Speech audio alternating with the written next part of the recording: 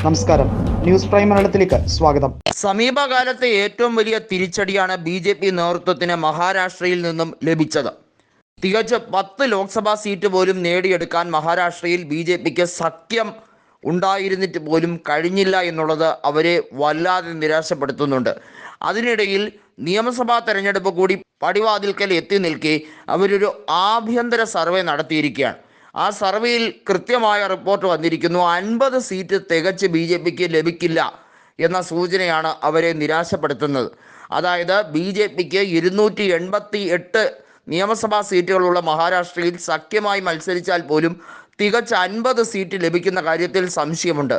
പ്രതിപക്ഷത്ത് ഉറപ്പായും ആകും, എന്നാൽ അത് തന്നെ ദുർബലമായിരിക്കും എന്ന രീതിയിലേക്കാണ് ബി.ജെ.പിക്കും ഷിൻഡെ വിഭാഗത്തിനും വലിയ രീതിയിൽ തിരിച്ചടി നൽകുന്ന സർവേ ഫലങ്ങൾ വരുന്നത്.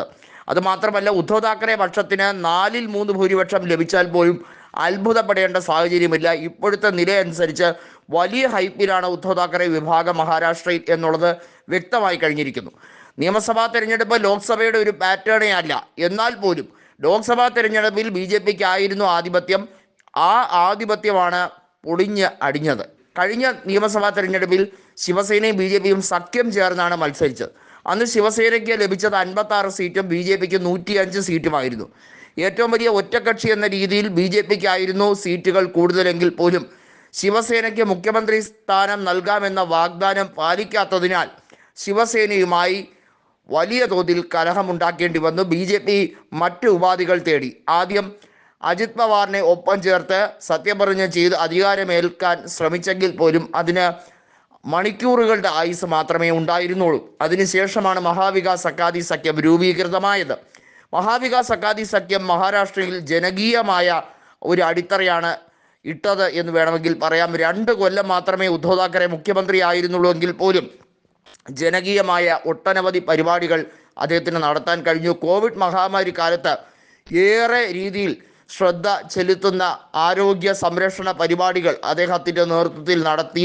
പടയാളികളെ പോലെ അവിടെ പ്രവർത്തകരുടെ വലിയ രീതിയിലുള്ള പ്രവർത്തനം അത് ഏകോപിപ്പിക്കാൻ ഉദ്ധവ് താക്കറെയുടെ നേതൃത്വത്തിന് കഴിഞ്ഞു ഒരു പരിധിവരെ എന്നുള്ളതാണ് മഹാരാഷ്ട്ര ജനത എന്നും ഉദ്ധവ് താക്കറെയെ ഓർക്കുന്നത്. അതുകൊണ്ട് തന്നെയാണ് ഉദ്ധവ് താക്കറെയ്ക്ക് വലിയ രീതിയിലുള്ള ഒരു ആത്മവിശ്വാസം ഇത്തവണയുള്ളത്.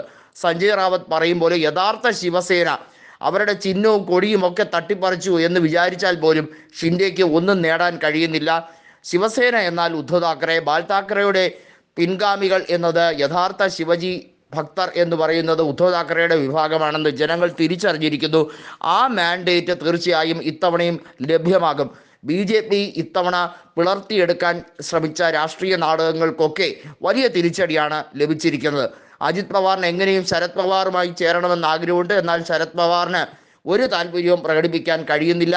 കാരണം ശരത് പവാർ വിഭാഗത്തെ ഉള്ളം കൈയിൽ കൊണ്ടുപോകുന്നത് സുപ്രിയ സുലെയാണ്. അവർക്ക് അജിത് പവാറുമായി യാതൊരു രീതിയിലും ഒരു സഖ്യം കൂടാനോ ലയിക്കാനോ ഉള്ള ആഗ്രഹം പ്രകടിപ്പിക്കുന്നില്ല. അവർ പറയുന്നത് പുകഞ്ഞ കുള്ളി പുറത്ത് എന്ന രീതിയിൽ തന്നെയാണ്. മഹാരാഷ്ട്രയുടെ ജനവിധി തീർച്ചയായും ഉദ്ധവ് താക്കറെയ്ക്ക് അനുകൂലമായിരിക്കുമെന്ന് കോൺഗ്രസിൻ്റെ നേതാവായ നാനാ പട്ടോളെ ഇതിനോടകം തന്നെ മുംബൈയിൽ വ്യക്തമാക്കിയിരിക്കുന്ന കാര്യമാണ്. തീർച്ചയായും മഹാരാഷ്ട്ര പോലെ ഒരു എക്കണോമിക്കലി ഡെവലപ്ഡ് സ്റ്റേറ്റ് ബി.ജെ.പിക്ക് അധികാരത്തിൽ നിന്ന് നഷ്ടമായാൽ അവർക്കുണ്ടാവുന്ന തിരിച്ചടി എന്ന് പറയുന്നത് വളരെ ആഘാതകരമായിരിക്കും.